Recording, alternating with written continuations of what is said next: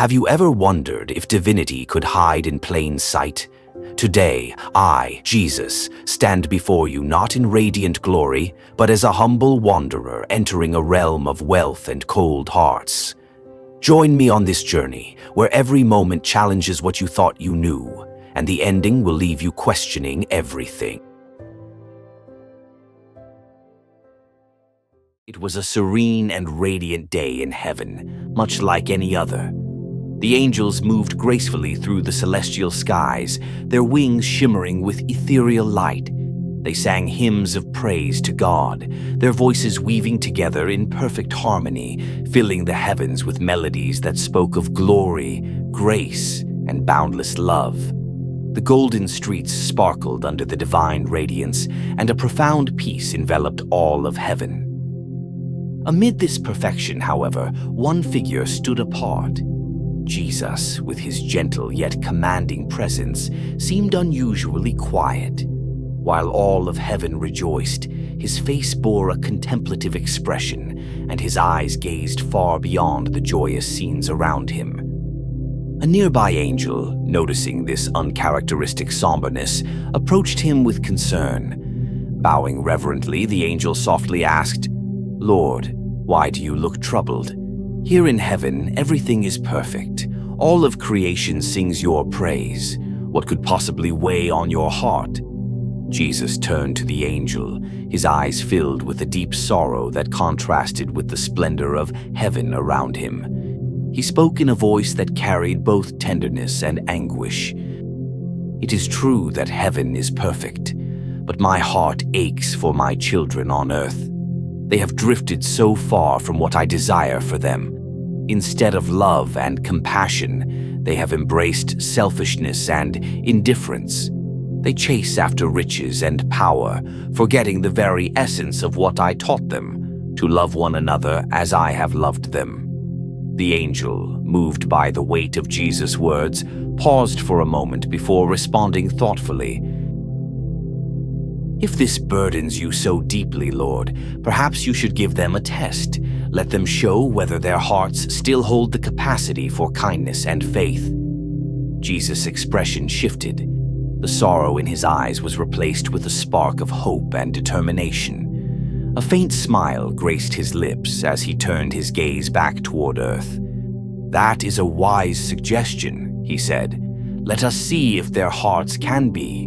And so, with purpose in his heart, Jesus began his journey to earth, ready to walk among his children once again. And what would unfold next would become a lesson, not just for humanity, but for all who bore witness to his divine love.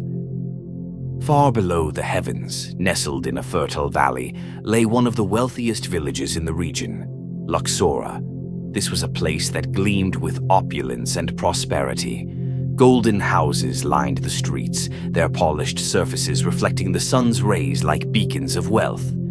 Roads paved with smooth marble stones stretched in perfect symmetry, flanked by meticulously maintained gardens adorned with vibrant flowers.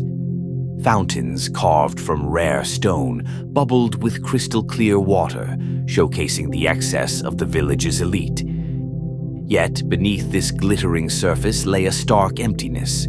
The hearts of the villagers were hardened by greed, their lives consumed by the pursuit of riches and status. Neighbors passed one another in silence, their faces cold and indifferent. One day, a stranger arrived in Luxora, a figure no one had seen before. Dressed in tattered clothes, barefoot, and carrying a simple wooden staff, the man bore the weary expression of someone who had traveled far and suffered much. This stranger was, in fact, Jesus, who had come to test the hearts of the villagers. His first stop was the bustling village market, the heart of commerce and activity. Merchants shouted over one another, hawking their goods to wealthy patrons dressed in fine silks and jewels. Jesus approached one of the stalls, where a vendor displayed an array of fruits, meats, and bread. Bowing his head humbly, he asked, "Please, sir, may I have a small piece of bread? I have traveled far and have nothing to eat." The vendor looked him up and down with a sneer. Clad in luxurious robes and a golden chain around his neck, the merchant scoffed, "Get out of here. This is no place for beggars. Go bother someone else." Jesus thanked him quietly and moved on, unshaken but deeply saddened. He continued through the village until he came to a grand mansion with gates of intricately wrought iron. The house was enormous, its walls adorned with precious metals, its windows shimmering with stained glass. Hoping for some kindness, he knocked on the gate and called out, "Excuse me, may I have a drink of water? I am parched and weary." The door creaked open slightly, and a man appeared, a stout figure with a round, ruddy face, dressed in a bright red suit. This was Mr. Howard, the wealthiest man in the village, known for his arrogance and insatiable greed. He glanced at Jesus with disdain and barked, "Go away! Don't you dare soil my doorstep with your filth!" With that, he slammed the gate shut, leaving Jesus standing alone in the street. Despite the rejection and harsh words, Jesus remained calm, his resolve unshaken. He walked on past the glimmering houses and bustling roads of Luxora until he reached the outskirts of the village.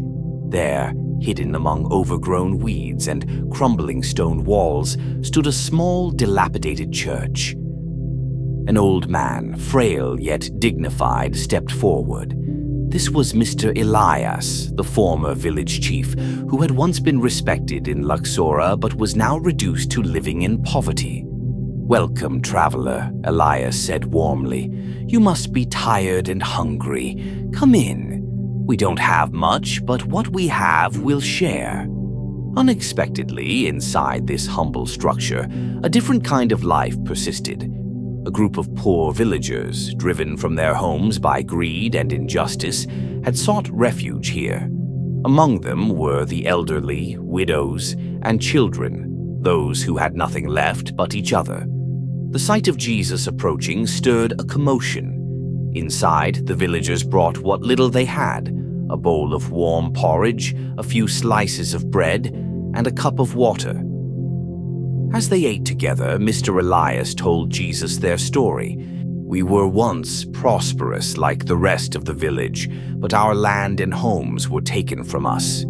The wealthy grew richer at our expense, and now we live here in this abandoned church. Even this place they wish to destroy, to turn it into a garden for their leisure." Jesus listened intently, his heart heavy with compassion for these downtrodden souls.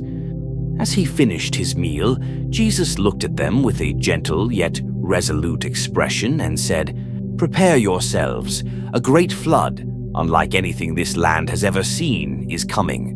But do not fear. I will give you a gift to protect you."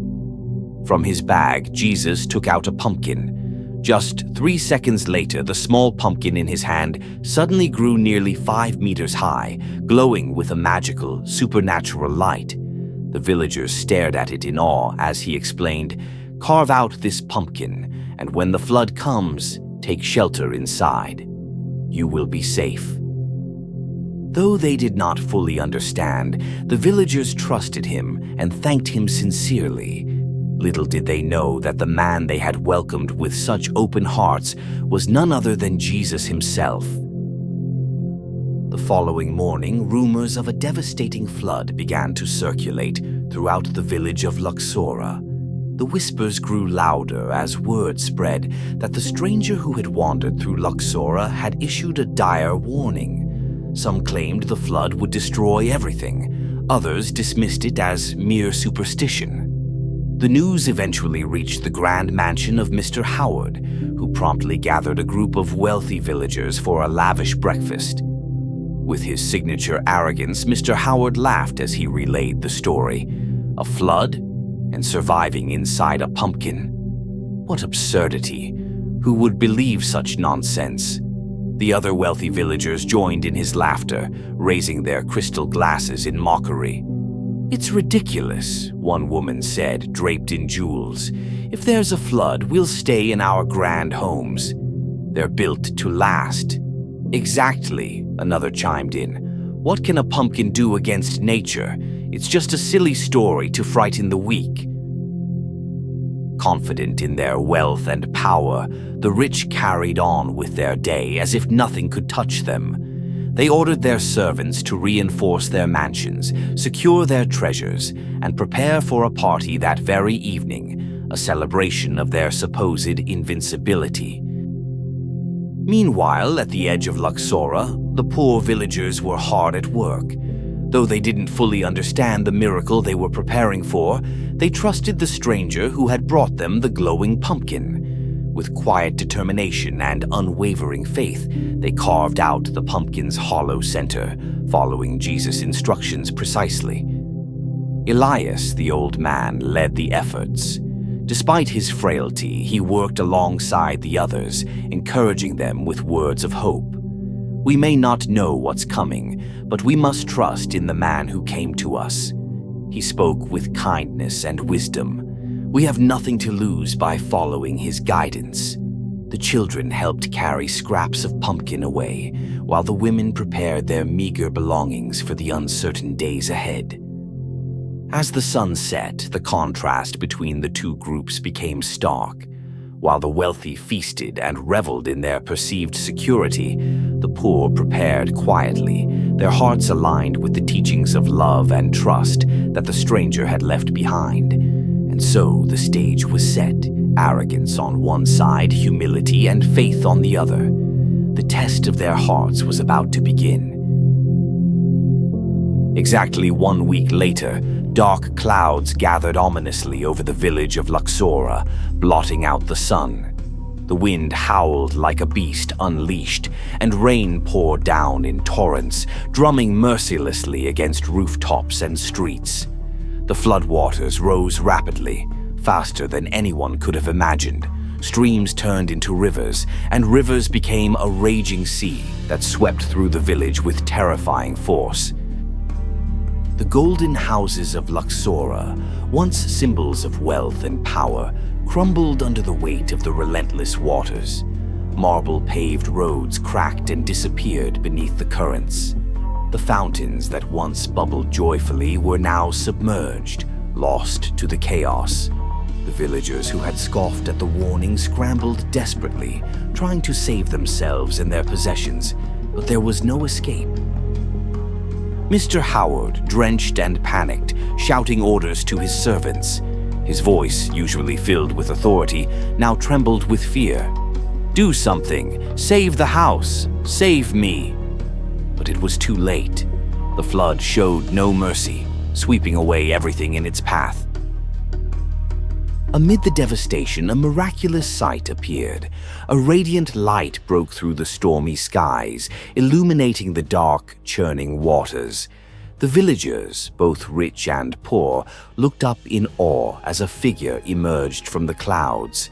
It was the same man they had seen before, but no longer dressed in rags, his tattered clothes transformed into a robe of celestial brilliance, shimmering with divine light. It was Jesus.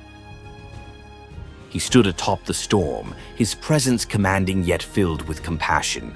His gaze swept across the village, taking in the destruction and the terror etched on the faces of its people. His voice, both firm and loving, echoed through the heavens. "I gave you the chance to show love and share your blessings, but you turned away. You clung to your gold and power, forgetting the true treasures of life, love, and compassion." The wealthy villagers, soaked and trembling, fell to their knees in the rising waters. Tears streaming down their faces, they cried out, "Forgive us, Lord, we were blind to your teachings." Jesus, his expression a blend of sorrow and hope, raised his hand. With a single gesture, the raging storm calmed. The winds ceased, the rain stopped, and the floodwaters began to recede. As the waters cleared, another miracle unfolded. From the giant pumpkin on the edge of the village, the poor villagers emerged unharmed. They stepped out into the sunlight, their faces filled with gratitude and wonder. They turned their gaze upward, pointing to the figure on the clouds, and proclaimed, It was Jesus. He saved us. The poor, who had trusted the stranger and prepared with faith, stood as living testimony to the power of humility and belief. The wealthy, humbled by their near destruction, knelt in silence, their arrogance shattered. In that moment, the lesson was clear. No amount of gold or power could match the value of a loving and compassionate heart. Jesus, now radiant with divine glory, descended briefly to the villagers and spoke his final words. Learn from this. True riches lie in kindness, humility, and love. Go forth and build a community that honors these truths. With that, he ascended back into the heavens, his light fading gently into the sky. The floodwaters receded, leaving the village of Luxora in silence. The once mighty golden houses were now reduced to rubble, their splendor washed away by the relentless storm. The marble-paved roads and ornate fountains that once symbolized opulence were gone, replaced by mud, debris, and the sobering reality of what remained. Yet, amidst the ruins, something remarkable began to take root, a spirit of humility and transformation. The wealthy villagers who had once been blinded by greed and pride now walked among the wreckage with heavy hearts. Their arrogance shattered, they could not forget the radiant figure on the clouds, the power of his words, and the miracle they had witnessed. Standing among the remnants of his grand estate, Mr. Howard, visibly humbled, admitted, "We were wrong," he said, his voice trembling with emotion. "Please forgive us. Let us work together to rebuild not just this village, but our hearts." The poor villagers, who had survived by faith and trust, welcomed the change with open arms. They harbored no desire for revenge or resentment. Their only goal was to restore their community, guided by the teachings of the man they now knew was Jesus. United for the first time in Luxora's history, the villagers worked together to rebuild their lives. The ruins of the golden mansions were repurposed into simple, sturdy homes that reflected a new sense of equality and unity. At the heart of Luxora, the small, dilapidated church, long abandoned and forgotten, became a focal point of renewal. Its crumbling walls were lovingly restored, and its simple bell, silent for years, rang out once again, a symbol of hope and new beginnings. The church, no longer a relic of the past, became the village's centerpiece, a place where all could gather, regardless of status or wealth. In time, Luxora, once renowned for its wealth and extravagance, earned a new reputation. Travelers who passed through no longer marveled at its golden houses or marble streets. Instead, they spoke of the warmth of its people, their generosity, and the way they cared for one another. The village became a beacon of how love and compassion could transform even the hardest of hearts. Above all, the villagers never forgot the lesson Jesus had taught them. His words, spoken amid the storm, echoed in their hearts every day. True riches lie not in gold or power, but in love, humility, and kindness. The once golden village, now shining with unity and hope, stood as a living testament to the transformative power of faith and forgiveness. It became a reflection of the eternal teachings of Jesus, a place where love, above all else, was treasured.